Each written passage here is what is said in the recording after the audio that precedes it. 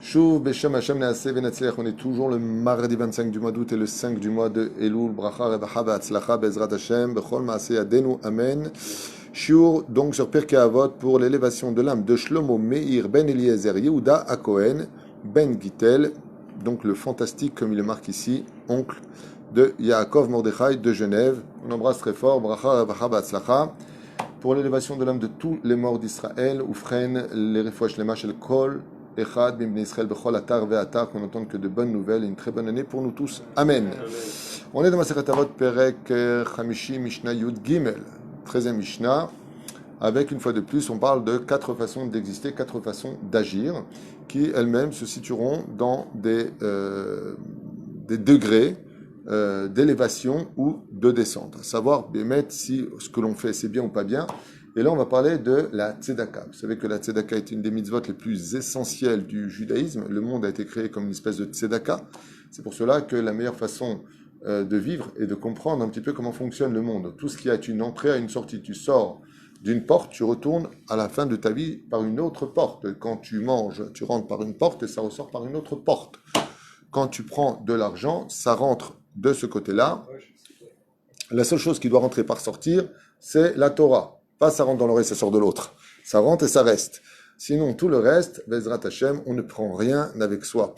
Comme je l'avais donné une fois il y a très très longtemps en Chiour, alors que je marchais sur les trottoirs de Paris pendant la période de Noël, il y a une personne comme ça qui était en train de préparer la vitrine pour donc la décorer, pour inviter les gens à rentrer et acheter chez elle.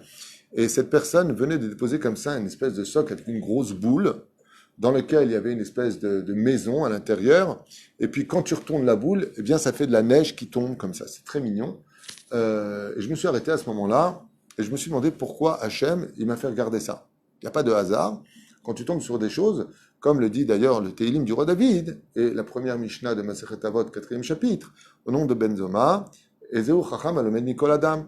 Tu dois être capable d'apprendre de chaque chose que tu vois quelque chose. Et quand j'ai vu ça, je m'en suis servi pour réaliser qu'en fin de compte, tout ce qu'on avait dans ce monde, que ce soit les biens matériels ou que ce soit l'argent en elle-même, tout reste dans cette bulle. Tu peux retourner, ça peut monter très haut, c'est comme la neige, mais tout finit par retomber, tu ne prends rien avec toi dans la tombe.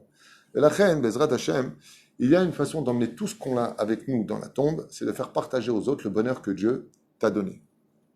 Quand tu achètes une belle voiture et que tu la prêtes pour emmener des khatanim et des calottes sous la choupa, quand tu as la possibilité d'organiser des shiurim chez toi parce qu'il n'y a pas où les faire, quand tu as la possibilité de payer des vacances parce que toi tu t'en es payé et tu invites d'autres personnes, inematov umanaim shevetachim gam yachad. Ce qui fait que venatenu, le fait de donner, parce que les mitzvot, il y a carrément des croissants dans le bureau ce matin. Ça vaut le coup de venir étudier avec nous. Top. Et la reine, on verra que comme on ne prend rien avec nous, il y a une façon d'emmener vraiment les choses avec nous, à l'image de ce que j'avais donné une fois il y a très très longtemps dans un shiur, qu'un jour un père est parti avec son fils de 4 ans à la banque pour y déposer son argent. Alors comme ça, il arrive devant le guichet. Bon, ça c'était à l'époque, aujourd'hui il n'y a plus de guichet, il n'y a plus de personne, c'est pas avec des robots. À l'époque, à la Vache Shalom, il y avait du monde. Il y avait une personne avec qui parler, c'était extraordinaire. Il y avait déjà un truc social comme ça qui s'installait. Aujourd'hui, au Japon, ils font des femmes robots. Tu veux payer une facture, c'est un robot. Et tu arrives à la banque, c'est un robot. Ce qui fait que il n'y a plus avec qui parler.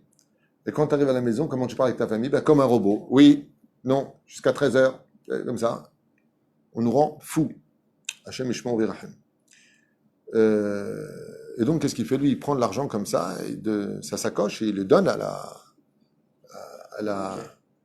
pas la bancaire, à la caissière. Parce que si celle qui est derrière le truc, c'est la bancaire, elle est mal barrée. Et donc, il sort une liasse, il lui fait passer comme ça par le petit espace, et il reprend encore une liasse, il la fait passer dans le petit espace, il reprend encore une liasse, et à ce moment-là, le petit dit, ben papa, arrête, tu lui donnes tout notre argent. À ce moment-là, le père, il rigole, il prend son fils, il dit, mais non, t'as pas compris.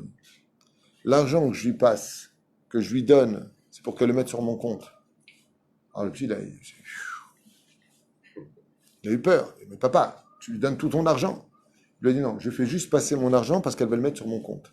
Donner la tzedaka, C'est comme si tu allais avec ton argent à la banque déposer cet argent qui passe chez une caissière, chez une personne tierce sur lequel il va mettre sur ton compte spirituel. Tout l'argent que tu as dans ce monde, ça passe de l'autre côté.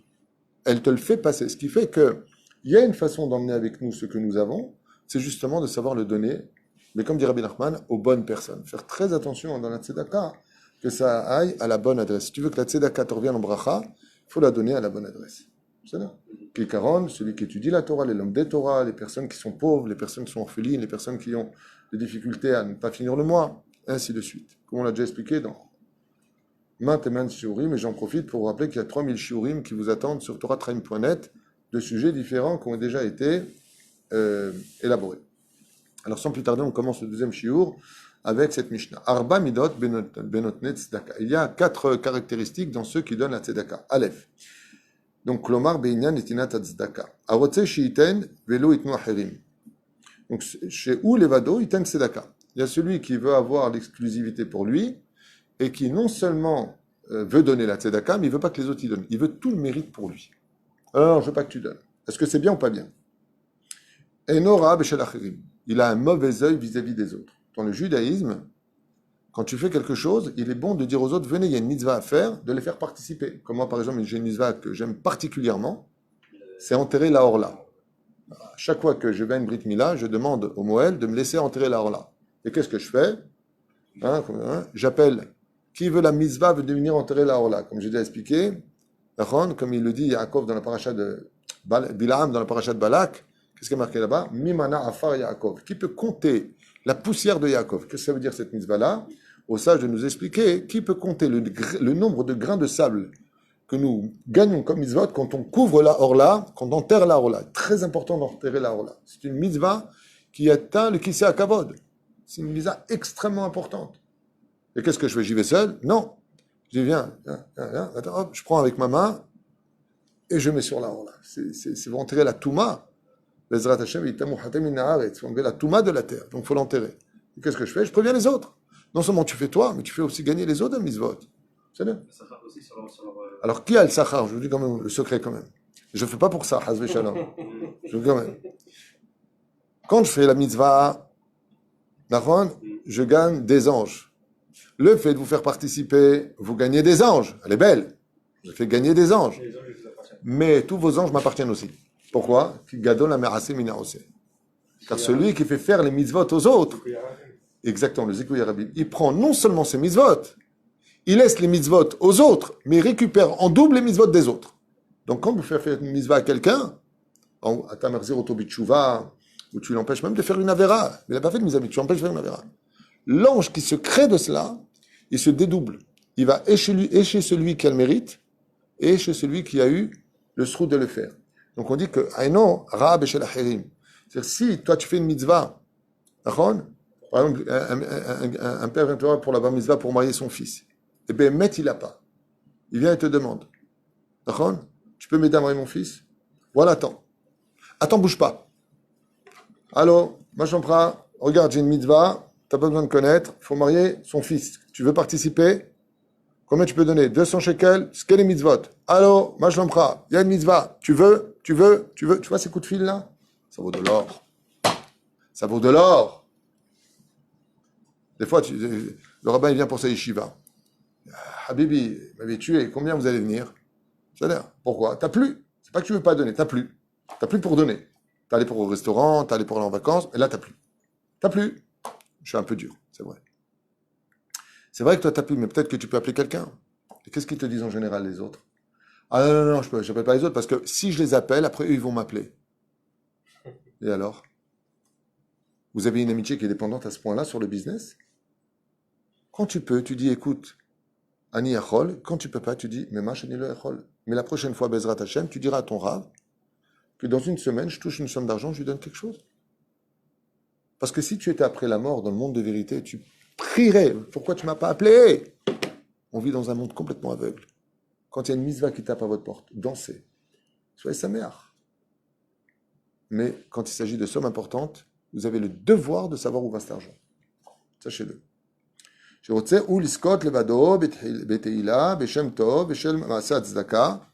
général, il dit comme ça quelque chose de terrible, Balakati.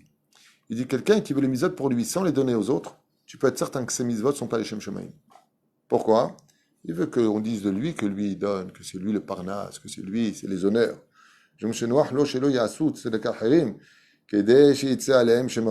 Ou alors pire, pour que les autres ils aient un mauvais nom et que lui il ait le bon nom.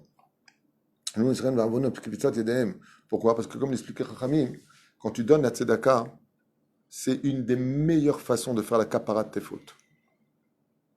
Une des meilleures façons, la tzedaka c'est comme un korban. Une des meilleures façons de réparer tes fautes dans la vie, c'est de te donner la tzedaka. Rabbi Nachman il dit, celui qui ne donne pas la tzedaka avant la prière, au moins 2 pièces, une pièce. Qu'est-ce qu'on a le plus retenu du Rabbi avec tout ce qu'il a fait sur terre? Ouais, toi, vous êtes tous en le dollar, le dollar. Tout ce qu'il a fait, et les tefilines, et le nombre de miracles, et le nombre de brachot, et le monde, le dollar, tout de suite. Qu'est-ce qu'on a retenu? Le dollar. C'est pas que ça, le dollar. Noten, mais le Rabbi, quand tu lui donnes le dollar, c'est pas pour que tu mettes dans ton porte-monnaie, c'est pour que tu le donnes. Et nous, on pensait que c'était un gris-gris. C'est le gris-gris.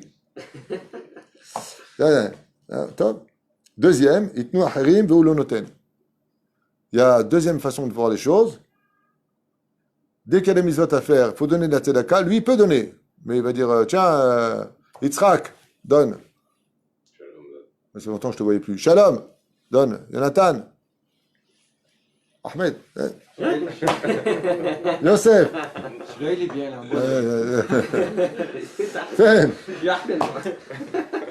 Titen. Nathan Titen. D'accord? Mais lui, il ne donne pas. Alors, qu'est-ce qu'il veut, lui? Il veut le mérite de faire les autres, mais lui, il ne donne pas. Il gagne quand même. Alors, qu'est-ce qu'il y a marqué de lui? Il donne... Non. Enora Béchelo. C'est quelqu'un qui a un mauvais œil pour lui.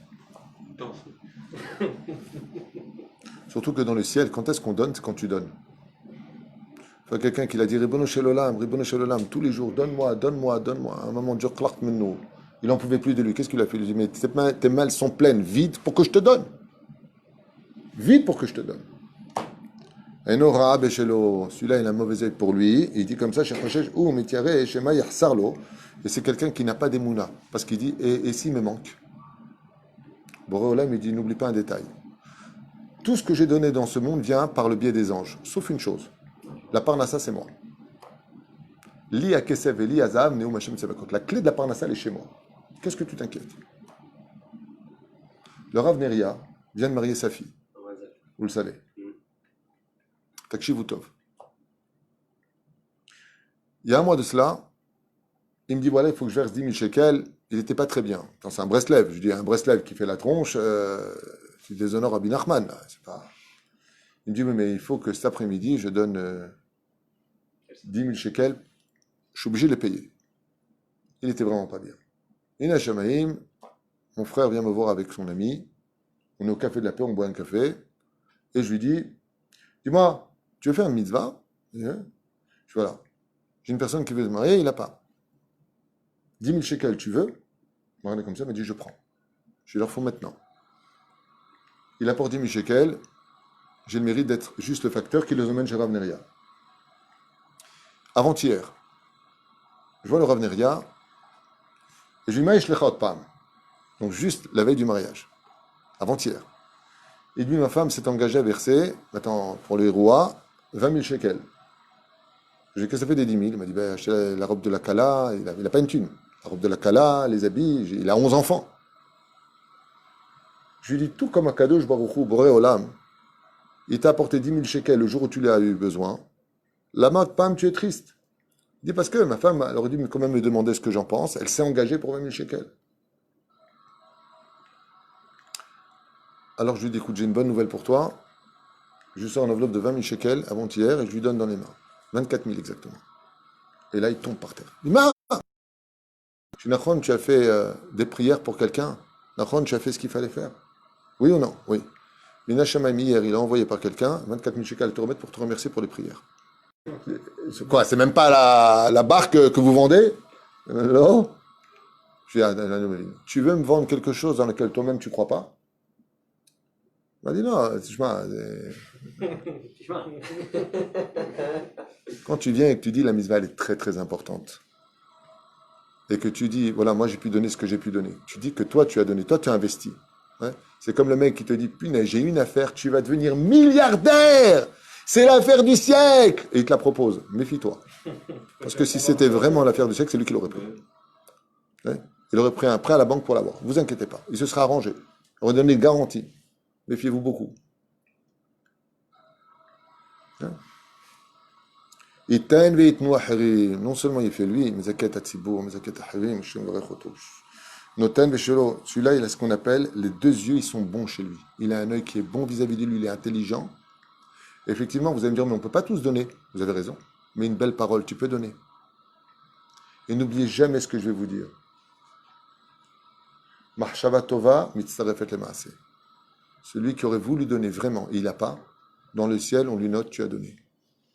Mais pas tu as donné. Comment il a dit ouais, alors, oh là là, dommage, hein, je t'aurais bien donné. Non, Dieu, il lit il sonde les reins et le cœur de l'homme. Si vraiment tu avais ce que tu aurais vraiment, vraiment donné, tu aurais vraiment, oui. La deuxième question, c'est pourquoi tu donnes? Pour qui tu donnes? Dans quel intérêt tu donnes? Le mieux, c'est donner Besseter. Tu donnes caché, Bezrat Hashem, et surtout, tu oublies. Tu oublies ce que tu as fait. Ne pas attendre quelque chose en retour. Jamais attendre en retour. C'est un truc que Dieu te donne. C'est ça qu'il faut. Ça marche bien. Imagine comme ça que Bibi Netanyahou est en train de faire un discours devant plus de 100 000 personnes et qui te demande de lui apporter un verre d'eau. Tu as toutes les caméras qui te regardent. Tout le monde te regarde. Tu lui donnes les verres d'eau. Et t'attends. Et Bibi te dit, qu'est-ce que tu veux? Je sais pas, je t'amène un verre d'eau, tu manques quelque chose. Ou est-ce qu'on peut dire que le fait de lui apporter un verre d'eau et que tout le monde t'ait déjà vu, c'est déjà un salaire en soi? Oui. Tu vois, quand Dieu nous demande quelque chose, c'est déjà un salaire en soi. On n'a pas besoin d'attendre quoi que ce soit. C'est le roi des rois qui te parle. Psst. Et tu veux autre chose? C'est le roi des rois qui t'a parlé. Quand vous connaîtrez Dieu après la mort à 120 ans, si Dieu veut, vous comprendrez quelle route vous avez eue que Dieu s'est adressé à nous. Rabbi Nachman est arrivé à un tel niveau de Kedusha que quand il s'est rapproché vraiment d'Hachem, il a eu honte d'exister en tant qu'humain. Il le marque des dizaines de fois dans Chaim Oharan. Animit bayesh linchom. J'ai honte de respirer. J'ai honte. J'ai honte. Donc Dieu nous demande de donner la tzedaka. Chassid. Celui-là est appelé Chassid. Non seulement lui, il ne donne pas, mais il a la possibilité d'influencer pour que les autres puissent au moins donner. Lui, il est carrément, il n'y a pas marqué Aïn Rara, Aïn Tova, rien du tout. Lui, il est rachat. Définition de cette personne-là, non seulement lui, il ne donne pas, c'est un avare, il croit qu'il va tout prendre avec lui, mais en plus de ça, l'oït noahirim. Il ne provoque même pas que les gens ils puissent donner. Ceci étant, il y a une chose que je déteste, mais profondément, ce sont ceux qui débarquent à la Beth Knesset et qui obligent les gens à donner. Vous savez, ces gens qui disent « Ah, Rabotai, il faut aider, 500 shekels, tu donnes ?» devant tout le monde. Tu donnes? C'est assourd de faire ça. Tu mets mal à l'aise les gens. On ne construit pas une mitzvah sur le dos de la... Ou alors ceux qui sont pires que tout. Ils viennent, ils te prennent comme ça et te disent « Donne, donne, j'ai pas pour Shabbat, donne. Écoute, j'ai plus sur moi. Allez, donne, devant tout le monde. » Je l'ai fait. Je l'ai fait. Achen Bezrat Hashem, on doit rester transparent tout ça et jouer les facteurs. Qu'est-ce que c'est un facteur? C'est celui qui amène le dossier. Quand tu peux donner, tu donnes, et si tu peux pas donner, ne te mets pas en colère. Tu fais un sourire, tu dis la prochaine fois, si Dieu veut, bli neder. Atkan, les shonenu. Baruch Adonai le olam, amen. Amen.